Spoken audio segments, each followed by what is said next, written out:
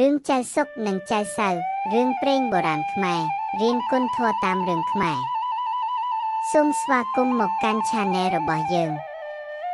នៅក្នុងវីដេអូនេះយើងនឹងនាំអ្នកឲ្យស្ដាប់រឿងព្រេងបុរាណខ្មែរមួយដែលពោរពេញទៅដោយបំណងល្អគុណធម៌និងអនុសាសន៍ចិត្តនោះគឺរឿងចៅសុកនិងចៅសៅរឿងនេះប្រាប់អំពីបងប្អូនពីរនាក់ដែលមានទម្លាប់គ្នាខុសគ្នាច្រើនចៅសុកជាបរិសបរោះចេះគោរពអ្នកធំមិនចង់ធ្វើអ្វីខុសៗស្រឡាញ់គ្រួសារនិងមានទំនួលខុសត្រូវខ្ពស់ចំណែកឯចៅសៅវិញជាមនុស្សធ្ងន់កាយធ្ងន់ចិត្តចូលចិត្តលេងសើចមិនគោរពអនាគតនិងមិនស្ដាប់ពាក្យណែនាំពីមនុស្សអាក្រក់តាមរយៈព្រឹត្តិការណ៍នានាការធ្វើខុសនិងសុភាពធម៌រឿងនេះបង្ហាញពីផលនៃជម្រើសជីវិតនិងអត្ថន័យនៃការរស់នៅដោយគុណធម៌កុំភ្លេចចុច like ចុច subscribe និងចែករំលែកដល់មិត្តភ័ក្តិរបស់អ្នកកាលពីព្រេងនេះមានបុរសពីរនាក់សម្លាញ់នឹងគ្នាមួយឈ្មោះចៅសុកមួយឈ្មោះចៅសៅបានបួសនៅវត្តមួយជាមួយគ្នាបួសយូរបន្តិចក៏សឹកមកវិញហើយក៏ជាសម្លាញ់នឹងគ្នាទៀតសន្យានឹងគ្នាថាបើអ្នកណាក៏ត្រូវជួយគ្នា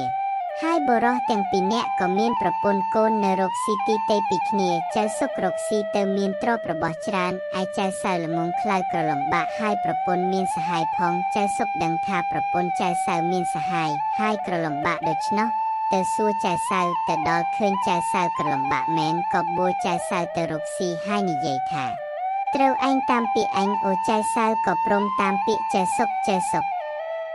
រកបួលចៅសៅទៅកាប់ឈើធ្វើក្តាមឈូសលក់ចៅសៅតាមពាក្យចៅសុកក៏ព្រមទៅជាមួយគ្នាឯកូនសេដ្ឋីដែលមានសហាយនឹងនាងពេជ្រជាប្រពន្ធចៅសៅឃើញចៅសៅមិននៅផ្ទះក៏ទៅដេកនឹងប្រពន្ធចៅសៅរួចហើយវិលមកផ្ទះវិញចៅសុកនិងចៅសៅធ្វើបានក្តាររំឈូសមួយ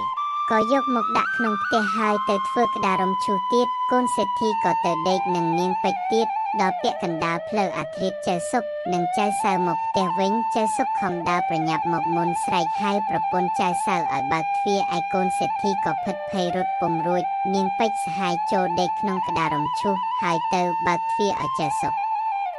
ចៅសៅចូលទៅក្នុងផ្ទះនាងពេជ្រសួរថាដូចមេឃបានជាវិលមកវិញចៅសៅប្រាប់ថា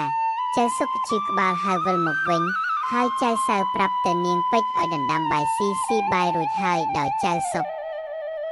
ដឹងថាសហាយនាងពេជ្រដេកក្នុងក្តាររំឈូសក៏ប្រាប់ទៅចៅសៅថាគោរពដៅចុងក្តាររំឈូសទុកក្រែងចោលលួច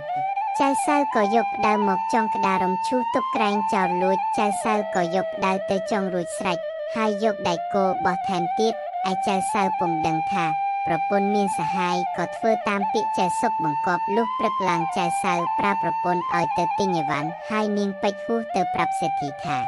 ឲ្យឪពុកម្ដាយចាំទិញឈូសត្បិតកូនសេដ្ឋីនៅដេកនឹងប្តីខ្ញុំមកតាន់វារត់ទៅដេកក្នុងឈូសឥឡូវនេះប្តីខ្ញុំសែងយកមកព្រឹកនេះហើយប្រាប់ហើយនាងបិចក៏ត្រឡប់ទៅផ្ទះវិញចៅសុកនិងចៅសៅ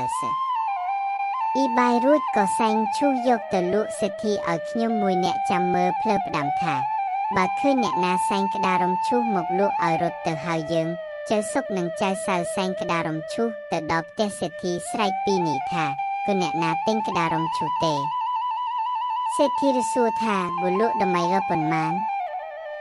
ចៅសុកប្រាប់ថាបើឲ្យចាក់ប្រាក់ពីដីឡើងស្មើនឹងឈូសគឺសេដ្ឋីសុំតម្លៃចៅសុកមិនព្រមសេដ្ឋីក៏ប្រើខ្ញុំកំដរឲ្យទៅយកប្រាក់មកចាក់ស្មើនឹងឈូសហើយចៅសុកនិងចៅសៅយកប្រាក់ទៅផ្ទះចែកគ្នាសេដ្ឋីគាស់ឈូសយកកូនចេញក្រោយមកចៅសៅយកនាងពេជ្រធ្វើប្រពន្ធដូចដែរវិញ